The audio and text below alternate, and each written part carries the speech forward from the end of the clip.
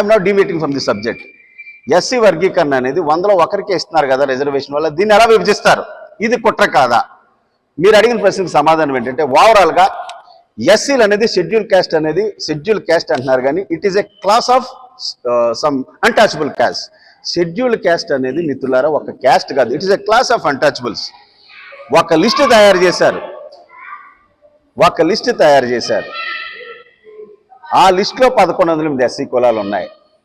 వీళ్ళందరికీ కలిపి 15% రిజర్వేషన్ అంటా ఉన్నారు. అంటే 15% అంటే 100 మంది ఎస్సీలు ఉంటే 15 మందికి ఇవ్వట్లేదు, 100 ఖాళీలు ఉంటే 15 ఇస్తున్నారు. దీన్ని ఉపయోగించుకుంటే, ఇంతకాలం స్వతంత్రం వచ్చినప్పటి నుంచి దీన్ని మనం ఉపయోగించుకుంటే 100లో ఒకటికే బెనిఫిట్ జరుగుతూ ఉంది.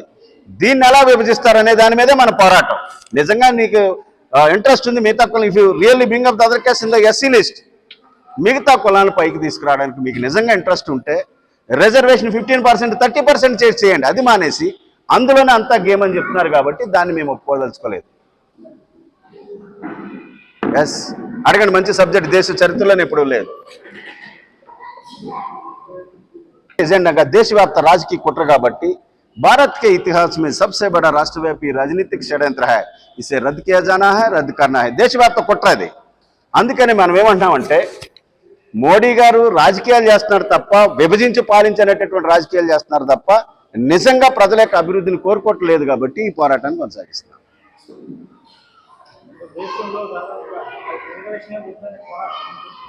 అవును, దేశంలో రిజర్వేషన్ ఎలా వద్దంటారు? Reservations are caste based. అసలు రిజర్వేషన్స్ ఇచ్చింది బ్రిటిష్ ప్రభుత్వం ఇచ్చింది 1935లో.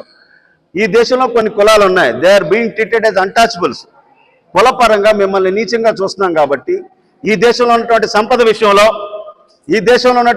విషయంలో మీకు తరతరాలుగా అన్యాయం జరిగింది కాబట్టి, మీకు షేర్ ఇవ్వలేదు కాబట్టి, ఇవ్వడానికి ఏమీ లేదు కాబట్టి, ఎంతో కొంత something is better than nothing అన్న ఉద్దేశంతో ఎంగిల్ మెతుకులు పారేసినటువంటి రిజర్వేషన్ని వద్దని చెప్పేసి కొంతమంది సన్నాసిగాళ్ళు, అవగాహన లేని వాళ్ళు పోరాటం చేస్తున్నారు. రిజర్వేషన్ అక్కర్లేదు, ban the cast, ban the reservation, nationalise the wealth, సంపదను జాతీయం చేయండి, అందరికీ పనిచేయండి.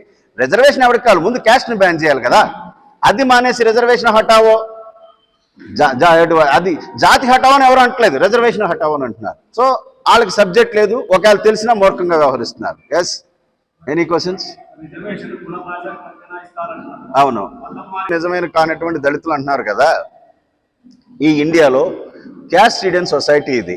ఓకే, ఫస్ట్ ఆఫ్ ఆల్ ఋగ్వేదం ప్రకారం ఇండియాలో కుల వ్యవస్థ లేదు. బ్రాహ్మణోహస్య ముఖమాసిత్ బాహు రాజన్యకృత ఊరు తదశి యద్వైశ్య పద్యాగం శూద్రో అజాయిత అని సాక్షాత్తు వేదవ్యాసుడు విభజించినటువంటి వేదాల్లో వర్ణ వ్యవస్థే తప్ప కుల వ్యవస్థ లేదు. కుల వ్యవస్థ ఎక్కడి నుంచి వచ్చింది? బ్రాహ్మణ శూద్ర వైశ్య క్షత్రియ వీళ్లే కదా. అసలు ఈ కులాలు ఎక్కడి నుంచి వచ్చినాయి? లేని కులాన్ని ఆర్టిఫిషియల్గా సృష్టించారు కాబట్టి అక్కడ కులం బేస్డ్ మీద వర్ణ వ్యవస్థ, క్లాస్ సిస్టమే తప్ప there is no caste system. ఇక ఎస్సీ వాడు ఏ మతంలో మారితే ఎస్సీ కులం పోతుంది. Of course I'm not supporting that. నేను బేసికలీ ఆమె హిందూ. ఒక ఎస్సీ వ్యక్తి క్రైస్తవ మతంలో లేకపోతే ఇంకొక మతంలోకి పోతే is the cast is being carried కదా. సో దాని మీద పోరాటం అంటారు. అసలు ఎస్సీలకు ఉన్నటువంటి రిజర్వేషన్ని అన్ని ఎస్టాబ్లిష్మెంట్స్ని ప్రైవేటైజ్ చేశారు, అన్ని అమ్ముకుంటా పోతున్నారు మోడీ గారు. ఇచ్చే రిజర్వేషన్ 15% అంటున్నారు, అది కూడా మిస్లీడింగ్. అది 100 వేకెన్సీస్లో 15 తప్ప 100 మంది ఎస్సీలు ఉంటే 15 మందికి ఇవ్వడం లేదు. ఇవన్నీ చేసుకుంటే అసలు రిజర్వేషన్నే ఓ పక్కనేమో మేము 100లో 2 బిర్యానీ ప్యాకెట్లు ఇస్తాం సమంగా కొట్టుకు సాగున్నాను ఒక పక్క, మేము రిజర్వేషన్ పెంచమంటున్నాడు, ఇందులోనే సమన్యాయం అంటున్నాడు. ఇది ఎంతవరకు కరెక్ట్? అది ఇండియా ఒక కన్ఫ్యూజింగ్ స్టేట్లో క్రైసిస్లోకి నెట్టేశారు. దాని మీద పోరాటం చేస్తున్నాం. దీని నుంచి డివైట్ అయితే ఎలాగా? అర్థమైందా? దానికి కావాల్సిన వాళ్ళు, నిజంగా కావాల్సిన వాళ్ళు పోరాటం చేస్తారు. ఎస్, మీరు అడిగిన క్వశ్చన్ కరెక్టే. దానికి కావాల్సిన వాళ్ళు ఉంటారు. అసలు రిజర్వేషన్ని ఎలా వర్గీకరిస్తావు? ఇప్పుడు మీరు 100 మంది ఉన్నారు, అందరూ విలేకరు సోదరులు అందరూ ఈ బిర్యానీ ప్యాకెట్ సమంగా తినండి అంటే ఎట్లా జరుగుతుంది? అది జరగదు కదా. ఎస్, అడగండి, మీకు ఏ ప్రశ్నలు, ఏం డౌట్స్? అవును, అది ఇప్పుడు క్యాస్ట్లో అసలు ఈ రిజర్వేషన్స్ అనేది బ్రిటిష్ వాళ్ళు ఇచ్చారు బ్రదర్. 1909లో మింటో మార్లే రిఫార్మ్స్ అంటారు. 1909లో ఈ దేశంలో మొట్టమొదటిసారిగా అఫీషియల్గా రిజర్వేషన్ ఇవ్వబడింది ముస్లిం సోదరులకు. నెక్స్ట్ ఎవ్రీ 10 yearsకి బ్రిటిష్ గవర్నమెంట్ ఏం చేసిందంటే, ఆనాడు ఉన్నటువంటి రాజ్యాంగం కౌన్సిల్ ఆఫ్ స్టేట్స్ అది ఒక చట్టాన్ని పెట్టుకుని దాన్ని 10 సంవత్సరాలకు ఒకసారి సవరించుకుంటూ వచ్చారు. 1919లో సిక్కులకి, ఆంగ్లో ఇండియన్స్కి, అలాగే మన యూరోపియన్స్కి, క్రిస్టియన్స్కి నెక్స్ట్ ఇచ్చారు. 1929 అంబేద్కర్ వచ్చినప్పటికీ అందరికీ ఇస్తున్నారు, మాకు ఇవ్వట్లేదంటే ఆ పోరాట ఫలితంగానే 1935లో ఎస్సీలకి రిజర్వేషన్ ఇచ్చారు. బ్రిటిష్ వాళ్ళు ఏం చేశారంటే మతం ఆధారంగా క్రైస్తవులకి ఇచ్చారు, మతం ఆధారంగా ముస్లిమ్స్కి ఇచ్చారు, ఎస్సీలకి క్యాస్ట్ బేస్డ్గా 1935లో ఇచ్చారు. దాన్నే స్వాతంత్రం వచ్చిన తర్వాత మన ఇండియన్ ఇండిపెండెంట్ గవర్నమెంట్ ఏం చేసిందంటే క్రిస్టియన్స్కి తీశారు, ముస్లిమ్స్కి తీసేశారు. ఎస్సీలు ఎవరైతే ఉన్నారో బ్రిటిష్ వాళ్ళ టైంలో వాళ్ళకే రిజర్వేషన్స్ వర్తిస్తాయని చెప్పేసి దాన్ని కంటిన్యూ చేయడం జరిగింది. ఇస్తూ ఆ 1950 presidential government of what is that presidential order constitutional ఆర్డర్లో ఏం చెప్పారంటే దళితులు ఎవరైతే ఉన్నారో వాళ్ళే హిందూ మతాన్ని ఆచరిస్తేనే వాళ్ళకి రిజర్వేషన్స్ వర్తిస్తాయి. పారా 3. నెక్స్ట్ ఏం చేశారంటే 56లో సిక్కులు అందరూ గొడవ చేశారు, బ్రిటిష్ వాళ్ళు మాకు ఇచ్చారు కదంటే మళ్ళీ సిక్కులను యాడ్ చేశారు. ఎస్సీలు సిక్కు మతంలో ఉన్నప్పటికీ కూడా రిజర్వేషన్స్ వర్తిస్తాయి. 1990లో విపి సింగ్ ఏం చేశాడంటే అలా కాదు, బౌద్ధ మతాన్ని తీసుకున్నప్పటికీ కూడా ఎస్సీలకి రిజర్వేషన్ వర్తిస్తాయి, ఇండిజినస్ గా లోకల్ గా పుట్టినటువంటి మతాలు కానీ క్రైస్తవులకు ఇచ్చేటటువంటి అవకాశం లేదని చెప్పారు. దాని మీద పోరాటం వాళ్ళు ఎప్పటి నుంచో చేస్తున్నారు. ఈ మధ్యకాలంలో కొంతమంది మేధావులు వచ్చి ఎస్సీలకి అది క్రిస్టియానిటీలోకి మారితే రిజర్వేషన్ లేదని చెప్తున్నారు. ఎప్పటి నుంచో ఉంది అది, 1950 నుంచి కూడా ఆ చట్టం అమల్లో ఉంది. స్ట్రిక్ట్ గా సీరియస్ గా అమలు చేయలేదు. ఈ మధ్యకాలంలో సుప్రీంకోర్టు తీర్పులు ఇస్తున్నాయి కాబట్టి ఇదేదో కొత్త అంశంగా ఉంది. దాని మీద ఎస్సీలు, నా వాదన ఏంటంటే ఎస్సీలు మతం మారినప్పటికీ కూడా కులం అలాగే ఉందని కొంతమంది వాదిస్తూ ఉన్నారు. Let them do it. అది వాళ్ళు ఫైట్ చేస్తారు, వాళ్ళకి కావాల్సిన వాళ్ళు ఫైట్ చేసుకుంటారు కదా. ఎస్, ఎవరండి రిజర్వేషన్ వద్దని? మీకు చూడండి, ఎస్సీలు ఎస్టీలు 85%, ఈడబ్ల్యూఎస్ రిజర్వేషన్ అనేది 10 ఇచ్చాడు మోడీ గారు పట్టుకెళ్ళి. 95% of the Indian population is under the what is that usage of reservations. వద్దని వాడు సోషల్ మీడియాలో చూసి వద్దంటే ఎలా కుదురుతుంది? వద్దు, మాకు రిజర్వేషన్ వద్దు, క్యాస్ట్ని బ్యాన్ చేయమనండి, మాకు అవసరం లేదు, మాకు క్యాస్ట్ని బ్యాన్ చేయండి. అసలు ఇండియాలో క్యాస్ట్ లేదు, వర్ణ వ్యవస్థ తప్ప. వర్ణ వ్యవస్థలో కంటిన్యూ చేయమనంటే శూద్రుడు మోడీ గారు, ఆయన వైశ్య వర్గానికి చెందినటువంటి వ్యక్తి, ఆయన దేశాన్ని పరిపాలించడానికి ఇల్లేదు, ఆయన వ్యాపారం చేయాలి. క్షత్రియుడికి అప్పగించండి దేశాన్ని, మేము కూడా అన్టచబుల్ కాదు, ఊరు బయటకు పోతాం. ఏదో ఒకటి దానికి ఫిక్స్ అవ్వాలి. వర్ణ వ్యవస్థ అన్నా స్ట్రాంగ్గా ఉండాలి, లేదా క్యాన్సిల్ చేయాలి. కులాన్ని బ్యాన్ చేసి రిజర్వేషన్స్ ఎత్తేమనండి, ఈ సంపద భూములన్నీ జాతీయం చేసి అందరికీ పనిచేయమనండి. ఎవరికి అబ్జెక్షన్ ఉంది? ఎవరికి లేదు కదా. పైన మాట్లాడుతున్నారు, వాళ్ళకి సబ్జెక్టు తెలియదు. ఆధోని వేదిక చెప్తారు, ప్రపంచం అంతా చూస్తుంది. సోషల్ మీడియాలో నాకు లాక్స్ ఆఫ్ పీపుల్ ఫాలోవర్స్ ఉన్నారు. ఎవడైతే మాట్లాడుతున్నాడో ఛాలెంజ్ వచ్చి నాతో డిబేట్ చేయమని. ఇండియాలో ఎంతమంది బతుకున్నారో అంతమందిని పైన మాట్లాడుతున్నారు. అది కరెక్ట్ కాదంటున్నాను. ఏదైనా కరెక్ట్గా మాట్లాడాలి, ఫ్యాక్ట్ అనాలి, ఫ్యాక్ట్ చెప్పాలి. రిజర్వేషన్స్ ఎత్తే నేను లూజ్గా చెప్పడం ఏంటి? రిజర్వేషన్ ఎవరికి కావాలి? వేల సంవత్సరాలుగా మీరు కులం పేరుతో కుక్కల కన్నా హీనంగా చూశారు కాబట్టి it is a compensatory adjustment. నష్టపరిహారం ఇచ్చారు మాకు, విషయం కాదు అది. ఎస్ చెప్పండి. అవును అవును అవును అవును చెప్పేది అదే. 1950 నుంచి ఎగ్జిస్టింగ్ లా అది, ఇప్పుడు రాలేదు, ఎప్పుడు ఉంది అది. ఎవరో ఒక పాస్ చేశాడు. అదే చెప్తున్నాను నేను. ఇప్పుడు వాళ్ళు క్రైస్తవ మతంలోకి మారినప్పటికీ మాకు కులం పోలేదని feel that they are being treated as untouchable, let them fight అంటున్నాను. వాళ్ళు కావాలనుకుంటే ఫైట్ చేస్తారు. మాల మహానాడుగా ఆ లా ఉంది కాబట్టి ఆ చట్టాన్ని రిపేర్ చేయాలి, లేదంటే కావాలని పోరాటం చేసి అమెండ్మెంట్ చేయించాలి. Let them do it. అది నేను చెప్పేది ఏంటి, వాళ్ళు కావాలనుకునే వాళ్ళు ఎవరైతే క్రైస్తవ మతం తీసుకుని మాకు వద్దు రిజర్వేషన్స్ కావాలనుకుంటే వాళ్ళు పోరాటం చేస్తారు. దానికి మనం ఏం సమాధానం చెప్తాం? మనది ఒకటే ఎజెండా, ఎస్సీ వర్గీకరణ కుదరదు. ఎందుకంటే మీరు ఇచ్చేది పీనట్స్ రాశాం కదా. చెప్పండి. కానీ మీరు సరిగ్గా వినండి, అది జర్నలిస్ట్ అందరూ. రాజ్యాంగంలో 2 రకాల రిజర్వేషన్స్ ఉన్నాయి. ఒకటి పొలిటికల్ రిజర్వేషన్స్, విద్యా ఉద్యోగాల్లో రిజర్వేషన్స్. Article 335, article 330, 332. రాజ్యాంగంలో పొలిటికల్ రిజర్వేషన్స్ అనేవి 10 సంవత్సరాలు ఇమ్మని చెప్పారు అంబేద్కర్ గారు. అదే 10 సంవత్సరాలకి పొడిగించుకుంటూ వస్తున్నారు. విద్యా ఉద్యోగాల్లో రిజర్వేషన్కి టైం బౌండ్ లేదు. Article 15(4), article 16(4). దానికే ఈడబ్ల్యూఎస్ రిజర్వేషన్ పెట్టారు. జనాలందరినీ కన్ఫ్యూజ్ చేసేస్తున్నారు ఈ ప్రజలందరూ కూడా. రాజ్యాంగంలో 2 రకాల రిజర్వేషన్స్ ఉన్నాయి ఎస్సీలకి. విద్యా ఉద్యోగాల్లో రిజర్వేషన్స్ వేరు, పొలిటికల్ రిజర్వేషన్స్ వేరు. పొలిటికల్ రిజర్వేషన్స్ అనేది 10 సంవత్సరాలు మాత్రమే. విద్యా ఉద్యోగాల్లో రిజర్వేషన్స్కి టైం అనేది లేదు. ఈ కులం ఉన్నంత వరకు, ఈ భూమి ఉన్నంత వరకు, కులం ఉన్నంత వరకు ఈ రిజర్వేషన్స్ కంటిన్యూ అవుతాయి, తీరుతాయి కూడా. Yes, next question. రిజర్వేషన్స్ అనేది యాక్చువల్గా రాజ్యాంగంలో ఏంటంటే రాజ్యాంగంలో reservations socially educationally backward classes సామాజికంగా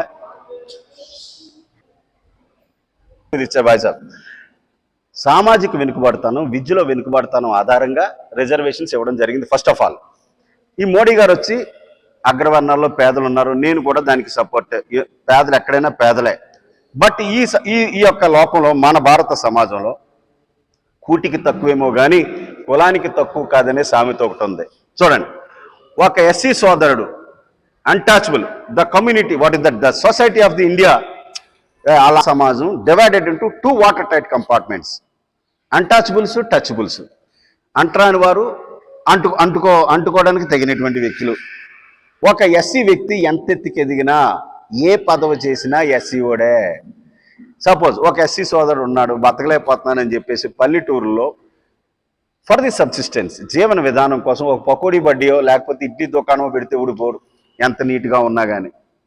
మిగతా వర్గాలకి బతుకుదెరువు లేకపోతే వాళ్ళు ఏదో చిన్న చితక వ్యాపారం చేసుకునేటటువంటి అవకాశం మన సమాజం వారికి కల్పించింది. మీకు అర్థమైందా?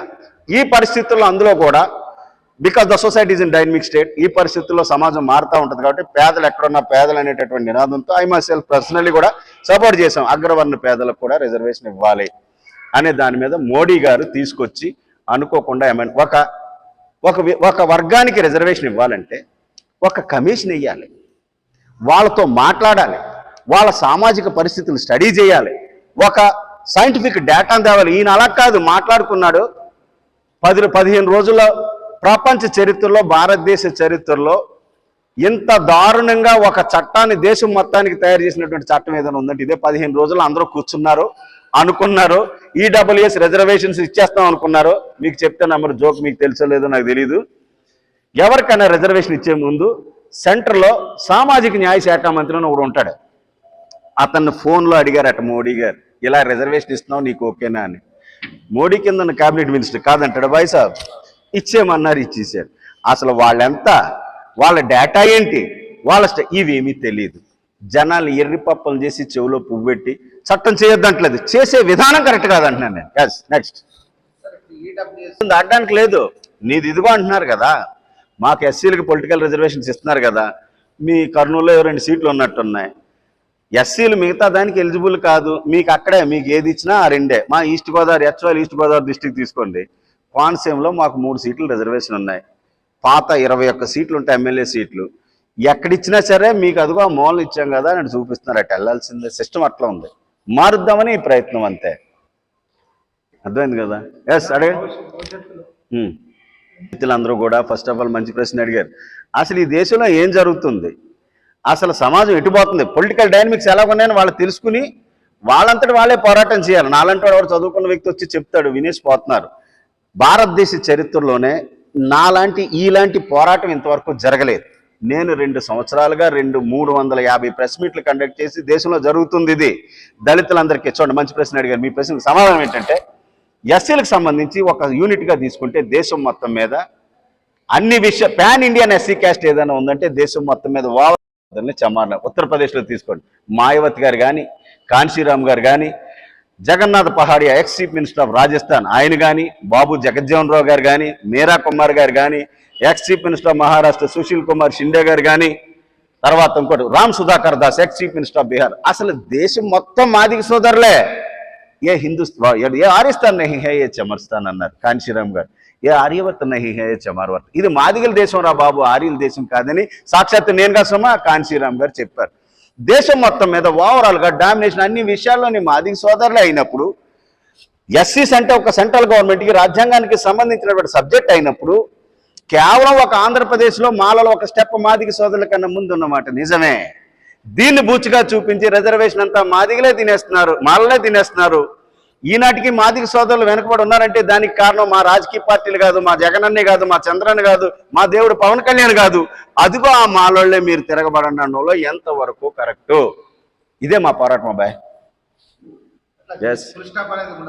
Full stop. అంబేద్కర్ గారు చెప్పారు, the fight itself is relentless, never ending, no full stops. అవును అవును, ఆటోమేటిక్గా మీ వాటా నేను తినేస్తాను అన్నప్పుడు ఆటోమేటిక్ మీరు నా మీద గొడవకు వస్తారు. ఇదే ఆ programme awareness campaigns.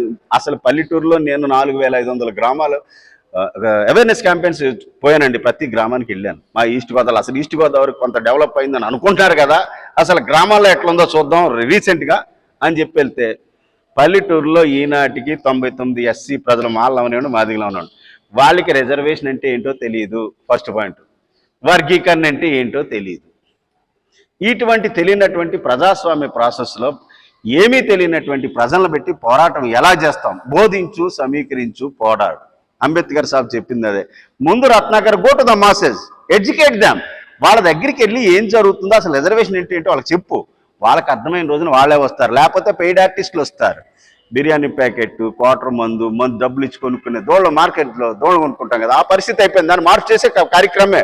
I been fighting for this for more than 35 years. ప్రజలకేం తెలియదు, ఎందుకు పోరాటం చేస్తున్నామో తెలియదు. నాయకులకు మా 10 మందికే తెలుసు, 99.9% ప్రజలకు అసలు ఏమీ తెలియదు. మరి ఈ ప్రజలతో how can we move ahead? ఎలాగెళ్తాం ముందుకి? అదనమాట. ఎస్, లో there must be an amendment to the Constitution of India that SCs cannot be subclassified at all under the guise of subclassification and social justice. Parliament లో ఎస్సీలు వర్గీకరించడం కుదరదని amendment అంటే ఏంటి? సవరణ చేసేంత వరకు రాజ్యాంగం ఈ పోరాటం కొనసాగుతుంది. అదే మా ఫైనల్ ఎజెండా. దేశవ్యాప్తంగా అన్ని తిరుగుతున్నాను కదా, వాళ్ళకి ఇక్కడున్న పరిస్థితి అక్కడ ఉంది. వాళ్ళతో మాట్లాడుతున్నాను. తమిళనాడు, కేరళ, కర్ణాటక, గుజరాతీ, మరాఠీ అందరితో మాట్లాడుతున్నాను. వాళ్ళకు కూడా ఏదో చేశారు, ఏదో అనుకుంటున్నారు. దళిత జాతిని దేశవ్యాప్తంగా ఎంతో కొంత అభివృద్ధి చెందినటువంటి ఒక ఎస్సీ కులం మీదకి మరొక ఎస్సీ కులాన్ని మీ వాటా వాళ్లే కొట్టేస్తున్నారని చెప్పేసి ఫ్యూచర్లో, రాబోయే ఫ్యూచర్లో దేశంలో ఎంతమంది ఎస్సీలు ఉన్నారు, అలాగే ఎస్టీలు కూడా వాటాల పేరుతో తగాదాలు పెట్టుకుని నరుకు చచ్చిపోయే కార్యక్రమం. కాబట్టి నా ప్రయత్నం దాన్ని ఆపడానికి చేసేటటువంటి బృహత్తర కార్యక్రమం బ్రదర్ ఇది. సార్ చెప్పండి సార్. అవన్నీ మామూలే. సునామీ ముందు పిల్లకాలువలు ఏమీ నడవో. జనం అంతా మేమే పోరాటం చేసేది ఎవరు? ఏదో సోషల్ మీడియాలో అవేర్నెస్ ఉన్నవాళ్ళు 10 మంది పోస్టులు పెడతారు, రిజర్వేషన్ హటావో అని. అదేం జరగదు, జరగనివ్వం కూడా. మేము ఒకటే చెప్తున్నాం, క్యాస్ట్ని బ్యాన్ చేయండి ముందు, మీరు రిజర్వేషన్ ఎత్తేయండి, తర్వాత చూద్దాం. అంతే తప్ప మేము మిమ్మల్ని కుక్కల కన్నా హీనంగానే చూస్తాము. రిజర్వేషన్ కూడా ఇవ్వమంటే it is something that will never happen. ఎప్పటికీ జరగదు అది. ఈ ప్రెస్ మీట్ అనేది media is the 4th estate of democracy. సమాజంలో జనరల్గా సూపర్ఫిషియల్గా చూస్తే ఏమనుకుంటున్నారంటే, మన తెలుగు రాష్ట్రాలు తీసుకోండి, మాలలు మాదిగల కన్నా బెటర్ పొజిషన్లో ఉన్నమాట నిజమే. మిగతా సమాజం అంటే ఓన్లీ మాలలు మాదిగలే కాదు కదా, బీసీ సోదరులు ఉన్నారు, ఓసీలు, ముస్లిం సోదరులు ఉన్నారు, అందులో ఉన్నారు కదా. జనరల్గా మీకు మా గురించి అంత డీప్గా చదవాల్సినటువంటి అవసరం అయితే లేదు. First point. అప్పుడు ఏమనుకుంటారు, ఓవరాల్గా ఫైనల్గా చూస్తే అవును మాలలే కదా రిజర్వేషన్ అంతా తీసేసుకుంటున్నారు, దొబ్బేస్తున్నారు, వాళ్ళందరూ వాళ్ళకి ఏమీ లేదనేటటువంటి ఒక అవగాహన ఉంది కదా అని మేము లేనేలేము. ముందు మీకు తెలియాలి కదా, అర్థమైందా? ఏదో ఒక మహబూబ్ నగర్లో ప్రెస్ మీట్లో విలేకరులతో చెప్తే కాదు కదా. చూడండి, స్ట్రాటజిక్ అప్రోచ్ అనమాట. మీరు అన్నారు రిజర్వేషన్ 1935 ఏదో ఇచ్చారు, ఏదో ఈ మధ్య మోడీ గారు వచ్చి చేశారన్నారు. కాదు. First point, first of all SC reservation వర్గీకరణ అనేది 1975లో ఎక్స్ ప్రెసిడెంట్ ఆఫ్ ఇండియా జ్ఞాని జైల్ సింగ్ గారు పంజాబ్ కాంగ్రెస్ ముఖ్యమంత్రిగా ఉన్నప్పుడు అక్కడ కూడా మళ్ళీ 2 ఎస్సీ కులాల మధ్య, చూడండి సరిగ్గా వినండి, ఎస్సీలు పంజాబ్లో మాదిగ సోదరులు ఉన్నారు, బంగీలు లేదా వాల్మీకులు అంటారు, మన రెల్లి సోదరులకు ఈక్వలెంట్గా ఉంటారు. పంజాబ్లో ఇద్దరు ఈక్వల్గా ఉన్నారు. హైయెస్ట్ ఎస్సీ పాపులేషన్ ఉన్నటువంటి ఇండియన్ స్టేట్ 33%. పంజాబ్లో 33% పాపులేషన్ ఎస్సీస్. జాట్ సిక్కులు వాళ్ళ యొక్క domination. First time jail Singh గారు ఈ ఎస్సీ రిజర్వేషన్ 2 ముక్కలుగా చేసి మాకు రెగ్యులర్గా మీరు అన్నట్టుగా 15% ఇస్తారు, అక్కడ ఎస్టీలు లేరు, 10% పెంచి 25% చేసి 12.5, 12.5 ఇచ్చారు. దాన్ని చూసి భూపేంద్ర సింగ్ హూడా అనుకుంటా 96లో హర్యానాలో చేశారు. అక్కడ కూడా మళ్ళీ బంగీలు మాదిగ సోదరులు, అక్కడ 15% ఎస్సీ పాపులేషన్ ఉంటే ఎస్టీలు లేరు, దాన్ని 20 చేసి 10 చేశారు. దీన్ని చూసి మన విజనరీ చంద్రబాబు నాయుడు గారు 99లో ఆర్డినెన్స్, 2000లో చట్టం చేస్తే we went to the court. సుప్రీంకోర్టుకి వెళ్తే sub classification is not permissible under the constitution of India, ఎస్సీస్ కెనాట్ బి సబ్ క్లాసిఫైడ్, ఎస్సీలు వర్గీకరించడం కుదరదో అని చంద్రబాబు నాయుడు గారు చేసినటువంటి చట్టాన్ని కొట్టేయడం జరిగింది సుప్రీంకోర్టు. ఈ చట్టాన్ని సుప్రీంకోర్టు తీర్పిచ్చింది కాబట్టి పంజాబ్లో మాదిగ సోదరులందరూ ఇదిగో చంద్రబాబు నాయుడు అనేటటువంటి వ్యక్తి ఎస్సీ వర్గీకరణ చేస్తే సుప్రీంకోర్టు కుదరదని కొట్టేసింది. కాబట్టి మరి మా పరిస్థితి తేల్చండి అంటే అక్కడ కూడా ఎస్సీ వర్గీకరణ 25 సంవత్సరాలుగా అమలవుతుంది, ఎస్సీ వర్గీకరణ కొట్టేశారు. హర్యానాలో తీసుకెళ్తే అది కొట్టేశారు. పంజాబ్ ప్రభుత్వం ఏం చేసిందంటే 2011లో చంద్రబాబు నాయుడు గారు చేసిన చట్టానికి మాకు సంబంధం ఏంటి, మా పరిస్థితులు వేరని సుప్రీంకోర్టుకి అప్పీల్కి పోయారు 2011లో. ఆ కోర్టు మీద మొన్న జడ్జిమెంట్ ఇచ్చింది సుప్రీంకోర్టు. ఎందుకు ఇచ్చిందంటే నేషనల్ కాన్స్పిరసీ అని చెప్తున్నాను కదా. ఉత్తరప్రదేశ్లో అడ్మినిస్ట్రేటివ్ డివిజన్స్లో అంటారు, 5 ఎంపీ స్థానాలు కలిపి ఒక అడ్మినిస్ట్రేటివ్ డివిజన్. రామ జన్మభూమి రామాలయం పేరుతో ఈ దేశ రాజకీయాలు శాసిస్తున్నటువంటి బీజేపీ రామాలయం కట్టించిన తర్వాత మన అయోధ్య డివిజన్లో 5 ఎంపీ స్థానాల్లోనే ఓడిపోయింది బీజేపీ.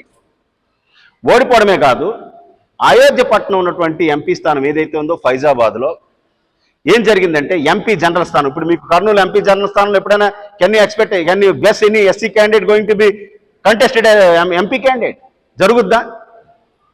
ఫైజాబాద్ ఎంపీ స్థానంలో సమాజ్వాదీ పార్టీ కాంగ్రెస్ కలిపి మోడీ బీజేపీ ప్రభుత్వానికి వ్యతిరేకంగా ఒక ఎస్సీ వన్, ఉత్తరప్రదేశ్లో పాసి కులస్తులు అంటారు, మాలా మాదిగా రెల్లేలాగా అక్కడ పాసి కులస్తులు అంటారు. వారి యొక్క కుల వృత్తి పందులు మేపుకుంటారు. Pig rearing is their profession అనమాట.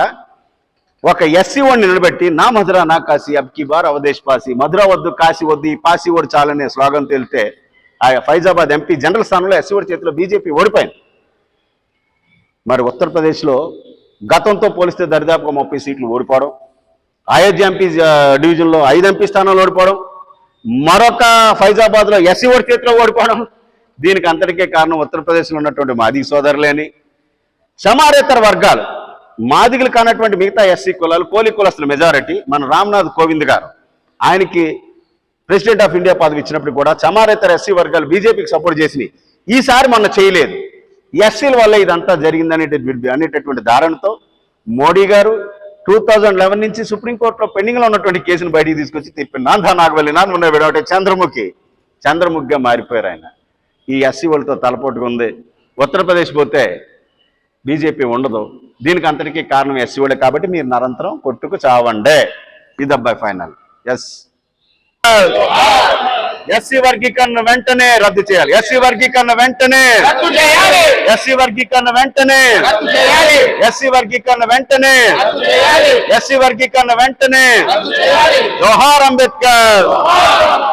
ఎస్సీ వర్గీకరణను సమర్థించే అన్ని రాజకీయ పార్టీలకు శ్రద్ధాంజలి. ఎస్సీ వర్గీకరణను సమర్థించే అన్ని రాజకీయ పార్టీలకు ఎస్సీ వర్గీకరణ